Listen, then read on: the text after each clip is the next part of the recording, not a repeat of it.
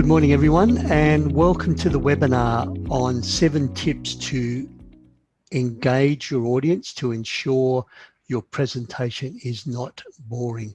We've all attended conferences, seminars where the speaker's been informative, knowledgeable, and expert, but they have been boring, not engaging, and as a result of that, you, the speaker, you risk losing your impact with your message. So engagement, not being boring is really important. So let's get underway. Most of you know me, Peter Dew's my name, public speaking trainer and coach. My passion, helping you find your voice so you can share your messages, your ideas, your information to have the impact with your communities, your clients, the way you want to.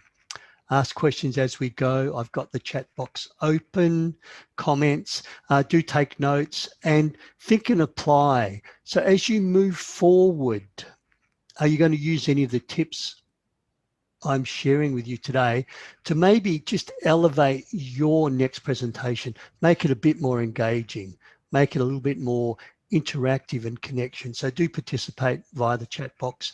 And as I said, you are in control of your own microphones if you wish to ask a question.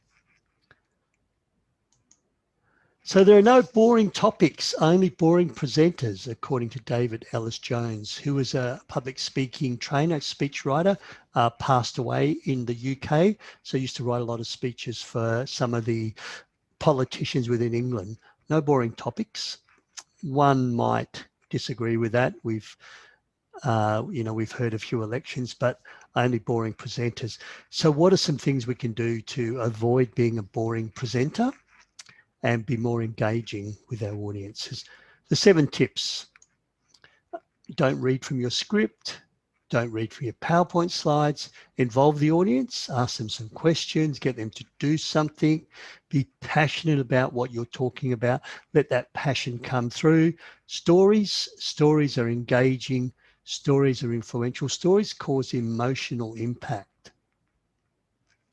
Appropriate and congruent nonverbal communication, and show the audience that you care about them. How can you make a difference to your audience? Show that and you'll be engaging and you'll lose that boringness straight away. So tip number 1, don't read from the script. This webinar, every presentation I do is just from the heart. I like to have a conversational presentation. Now, if I'm doing a keynote, I will prepare a script beforehand, but I will then move to a way of trying to remember it. I won't rote learn it. I won't try and memorize it word for word. I'll use generally a mind map. Some people like a 1-page outline, or you can just have a heading, just a page with headings. Some people use palm cards. The danger, the risk with palm cards is that if you drop them, if you get them out of order, it's harder to recover. Where do you put your palm cards? The 1-page mind map that I have, I don't read to it or read from it. It's there as a backup should I need it. It's there as my go-to. You can also have a full script up front with you when you're workshopping, when you're facilitating. And if you have some specific data or a statistic that's a little bit complex, you can say to people, look, I don't want to get this wrong. Just give me a moment. I want to get this quote correct. And you reach over, grab your book or your notes, and you read specifically to get that information right. But people want to have conversations. It's hard to have a conversation when you're reading from a script. So one of the ways to engage audiences and be less boring is don't read. Don't read from your PowerPoints. It is called death by PowerPoint. When people read off their PowerPoint word for word, it's not your teleprompter. You are not reading the 7 o'clock news. You're not a newsreader. It's best to be extemporaneous, to be conversational. One of the most disrespectful things a person can do is to have a set of PowerPoint slides and read off them word for word. Don't read from your PowerPoint slides. Don't do bullet points. It's not your teleprompter. The PowerPoint slide is for the audience, not for you. All right, let's move on to next slide. Clearly that is boring, and maybe I exaggerated with a boring voice to amplify that particular point. Doing bullet points, as I've demonstrated a few bullet points here, is really sort of shooting your audience, to death one bullet at a time. I prefer to do images or a graph or a model. So this is a little model. It's got 4 little bits in the model. So what image can you use? What picture can you use to illustrate what you're talking about? Let me go to slide number 2, where I was before. There's my images. Ask questions, take notes, think and apply, participate. Little images, little icons that prompt me what to talk about.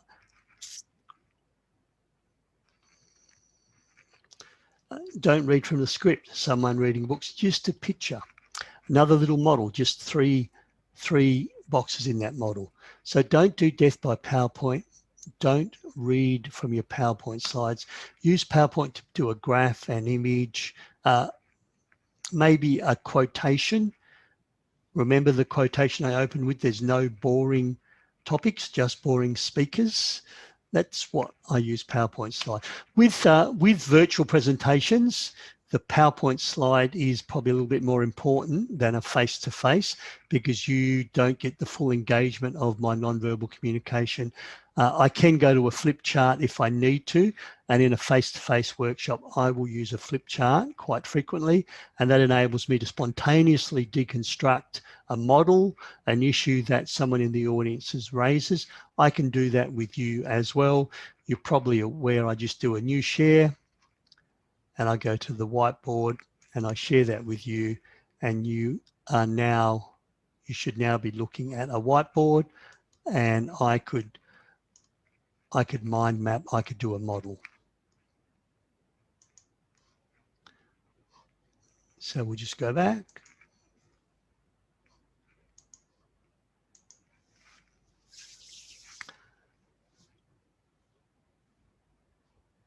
Showing the wrong screen.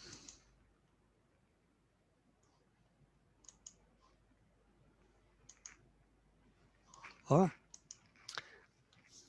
So engaging speakers don't do death by PowerPoint.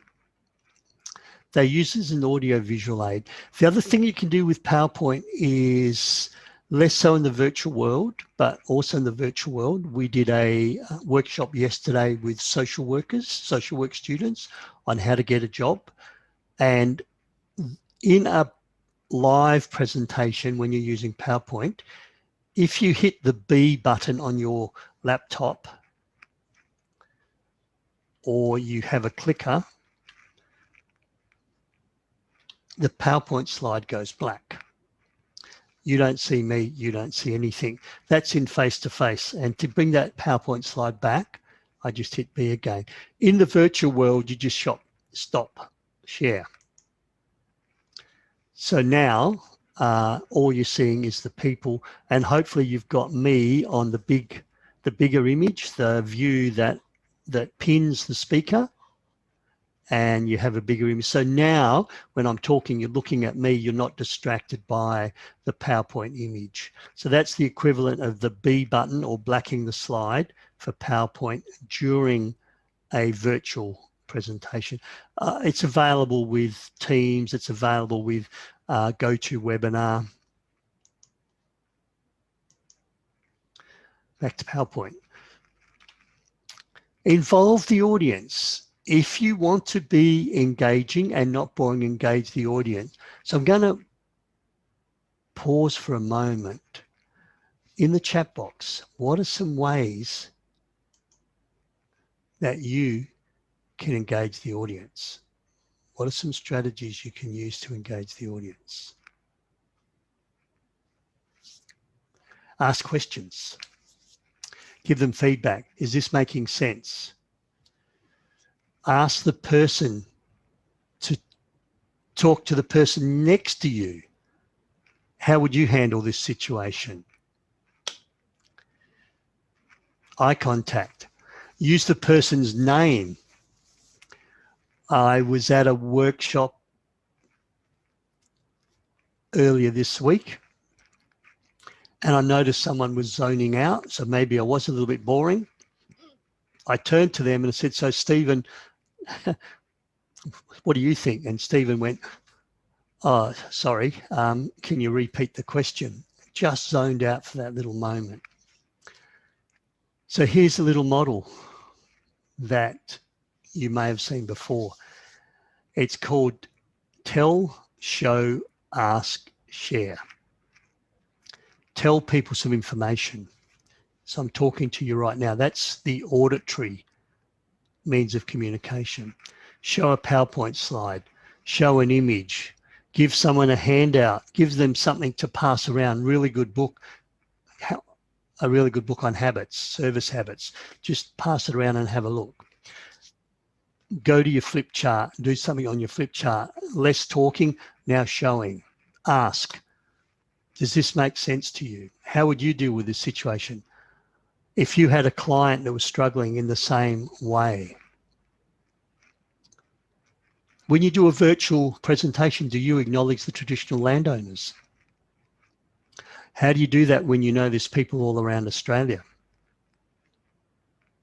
So I'm asking you. So you've gone into your head now, and I will in advance apologise for not acknowledging the traditional landowners and paying my respects to past, present and emerging custodians. And here in Whadjuk land in Noongar in Western Australia, it's a real pleasure to be here, and I pay my respects wherever you are. Share. In yesterday's workshop, we went to breakout rooms and got people to have a chat. Turn to the person next to you. Ask them what's the one thing that's been most valuable. If you run through this cycle every 10 to 15 minutes in a presentation, tell, show, ask, share, you will keep people engaged. Does that make sense? Do you know why the tell, show, ask, share model is so valuable?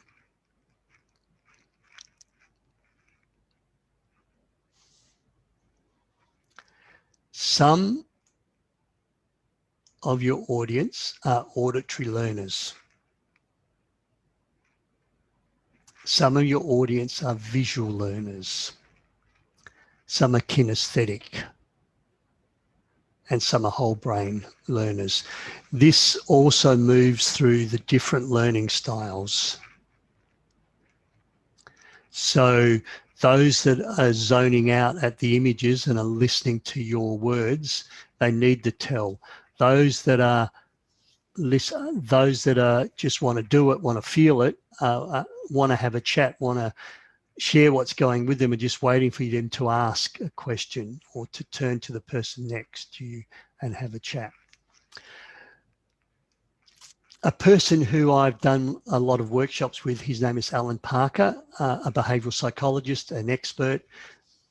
He says that every time you run through this cycle, you've reset the audience's concentration clock. You've got another 10 minutes.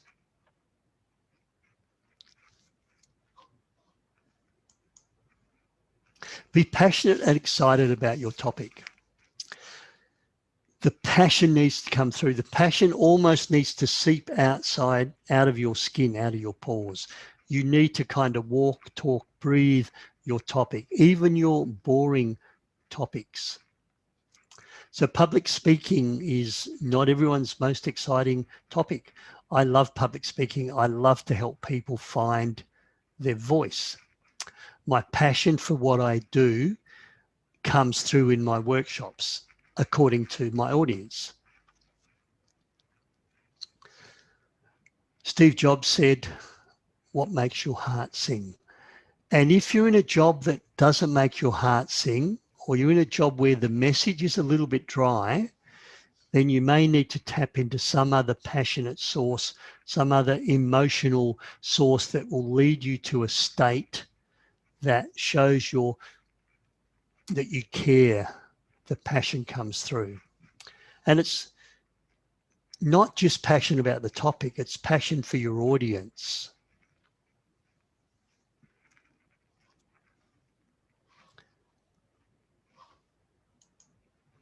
So here's how to bring a little bit more passion into your presentations.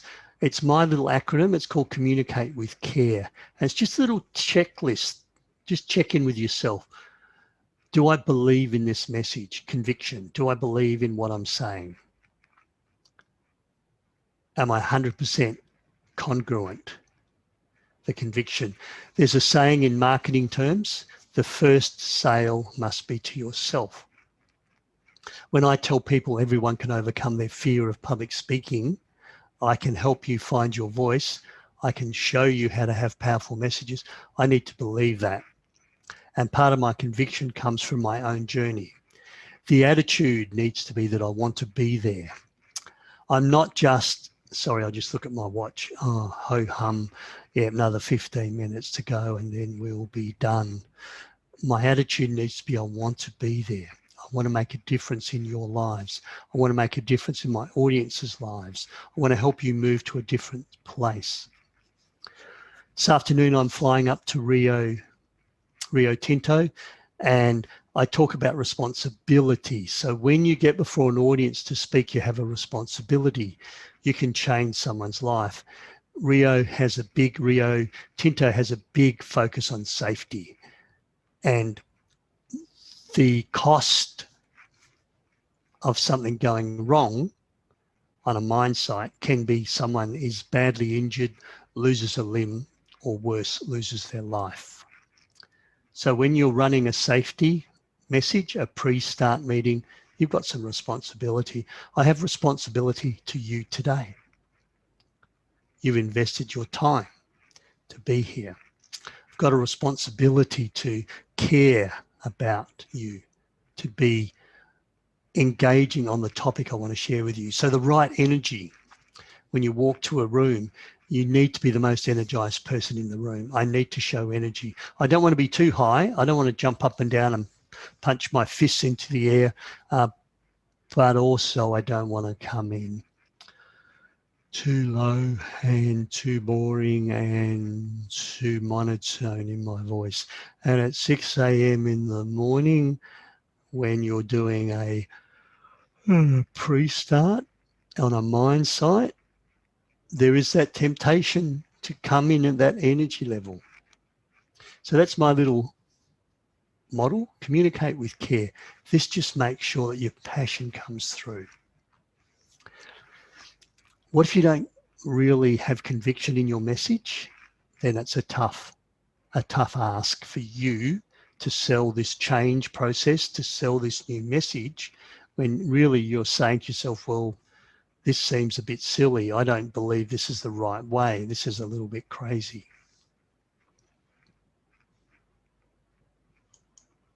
I'm going to pause for a moment. Are there any questions?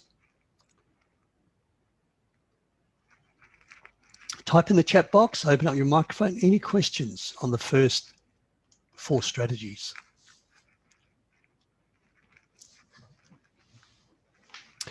All good. Use your stories to engage your audience. Stories create an emotional response. Stories create that visceral in the gut. You feel it down here when someone tells a story that creates an emotional impact. People don't remember much of what you've said. You know, your 5-step process, your 3 pillars of success. They don't remember much of that, but you'll have your notes. You may have a handout. You can review the recording. If I tell a story that creates that visceral emotional response, People remember how you make them feel. And if they can see light at the end of the tunnel, if they feel a way forward, if they feel that they've got this, then they will more likely make the change, adopt your message, have belief in what you're saying. I tell my story about how I overcome my stutter. For those of you who've been in my workshops, you will have seen a video, and you'll know that it's quite a gut-wrenching story, gut-wrenching video. And people who bump into me 6 months after they've seen me, 2 years, say, Peter, I remember your story. And when I saw that, I believed in myself. I believed that I could do this. So stories, please understand, we're not talking about bedtime stories.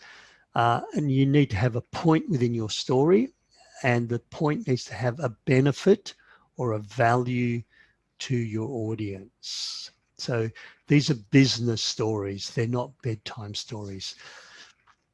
I run a webinar on how to tell stories, so I don't really have time to go into the depth of that, creating that emotional, that changing story that has a great point.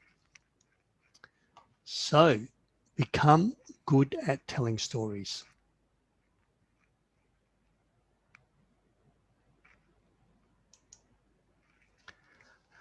Appropriate and congruent body language. Ralph Waldo Emerson said, "Your body speaks so loud that I cannot hear what you're saying." Your body speaks louder than your words. Do you walk the talk? And it's not just your gestures and your facial expressions. There's the other things you do before and outside and after your workshop. So do you carry through on your own message? And the classic example, which will help you lose connection, help you lose trust, is the time management guru. So you're now on a time management workshop. Thanks everyone for coming. And we're due to finish at 9:30 and I'm still talking at 9:35. Clearly I don't know how to manage my time. And my credibility, my believability will go down. So your body language is also an indicator of how you can build trust. The eye contact, the being comfortable with pause as you try to gather, the passion that can come through in your voice, and the congruent verbal communication.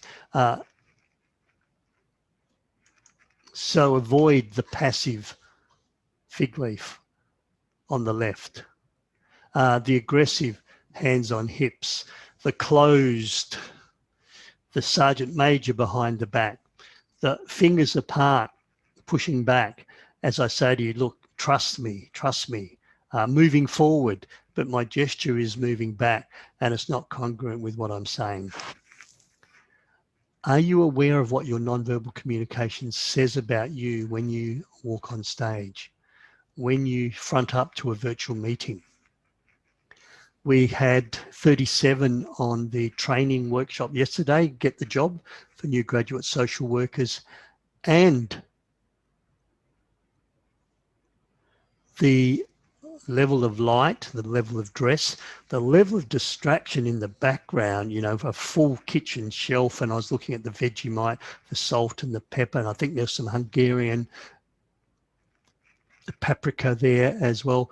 And all of this was, be aware of what's happening and how you show up. I have realized that my checkered blue shirt, which is great when I do corporates, is doing a little bit of pixelating and maybe bedazzling you in video. So I will now wear a plain shirt. I haven't worn this shirt that I recall on a learning before. We have a question. Is it boring or interesting or distracting for the audience when you walk on the floor, the platform? So there's two things. First of all, no. you use the platform for purpose. In my workshop, face-to-face, one side there'll be a flip chart, one side there'll be a whiteboard. Of course, behind me will be the PowerPoint screen, which I will black. So my PowerPoint will be up about 20%. So I will walk to a flip chart to show you something. I'll go through the agenda on the whiteboard. When someone over this side asks a question, I will move to this side. So across the room, settle, face the person asking a question. So this is for purpose. If you do what I call a cat on a hot tin roof, that means you just incessantly move back and forth for no purpose, the incessant walker, then that is distracting. There's some really high level techniques around using the platform, and standing behind the lectern for the entire presentation is not an engaging thing to do. So I would leave the lectern and stand in the middle of the room in front of the lectern if you need to. That's why you need to present without notes, because most people with their notes stand the entire time behind the lectern. So it's not boring, it's engaging and interesting to use the platform appropriately, conservatively and with purpose. Avoid the idle wander that doesn't mean anything. Thanks for that question, Peter. Do an audit of your nonverbal communication. Use a trusted friend to give you feedback. You can even practice in front of a mirror if you want to grow some of your gestures. Nonverbal communication can be so important. The City of Melville in Perth had to put an edict in place because councillors, and Melville is a bit of a dysfunctional, been in the news here in West Australia, bit of a dysfunctional city council here in Perth, West Australia. And so the rules are you're not allowed to shrug, not allowed to roll your eyes, no more deep sighing. And there is financial penalties in this new code of conduct. That's how bad their nonverbal communication was in council meetings. They had to put a code of conduct in place. And show the audience that you care about them. I'm here today for you. I want to solve your problems. I want to take away your headaches. I want to be the paracetamol, the Panadol for your headache. I want to help you move forward in your life. If I can help you meet your key performance indicators, if I can help you overcome a problem, if I can help you achieve your goals, I'm here today purely for you. I don't want to be big noted. I don't want a pat on the back. I'm here to serve. And if that comes across, and that's part of permeating out of your skin, your passion, your nonverbal communication has to amplify that. The stories that you share all amplify that. I'm here for you, not for me. There we go. 7 tips to be more engaging and less boring in your presentation. Try and take 1 or 2 of them and see what you can do. It does apply to virtual presentations, virtual meetings as well. Little soft sell, next webinar, next seminar online, eye contact, some advanced eye contact that I will be speaking about same time next week. Workshops, we're doing some women in leadership workshops. This is my wife, Violet, and her co-presenter in Bunbury and in Perth. That week, by the way, 4th to 9th is International Women's Day. Week falls in there somewhere. And we've also got I've got an online public speaking workshop I'll be running in January. That'll be made available to you probably in the newsletter. I'm assuming everyone's signed up to the newsletter. Ask questions after today. Anything crops up, something happens, you try an engagement, you try to use the platform, doesn't work, Peter, you get negative feedback. Feel free to send me any questions you may have. And just remember, there's your 7 tips. Don't read from the script. Don't read from your PowerPoint slides. I'm reading from PowerPoint slides today. Tell stories. be more engaging, communicate with care, make sure your nonverbal communication is aligned, let the passion come out, and remember it's about the audience. 9:30, this is not a time management course, but I am going to stop talking. Bye for now. Thanks, everyone.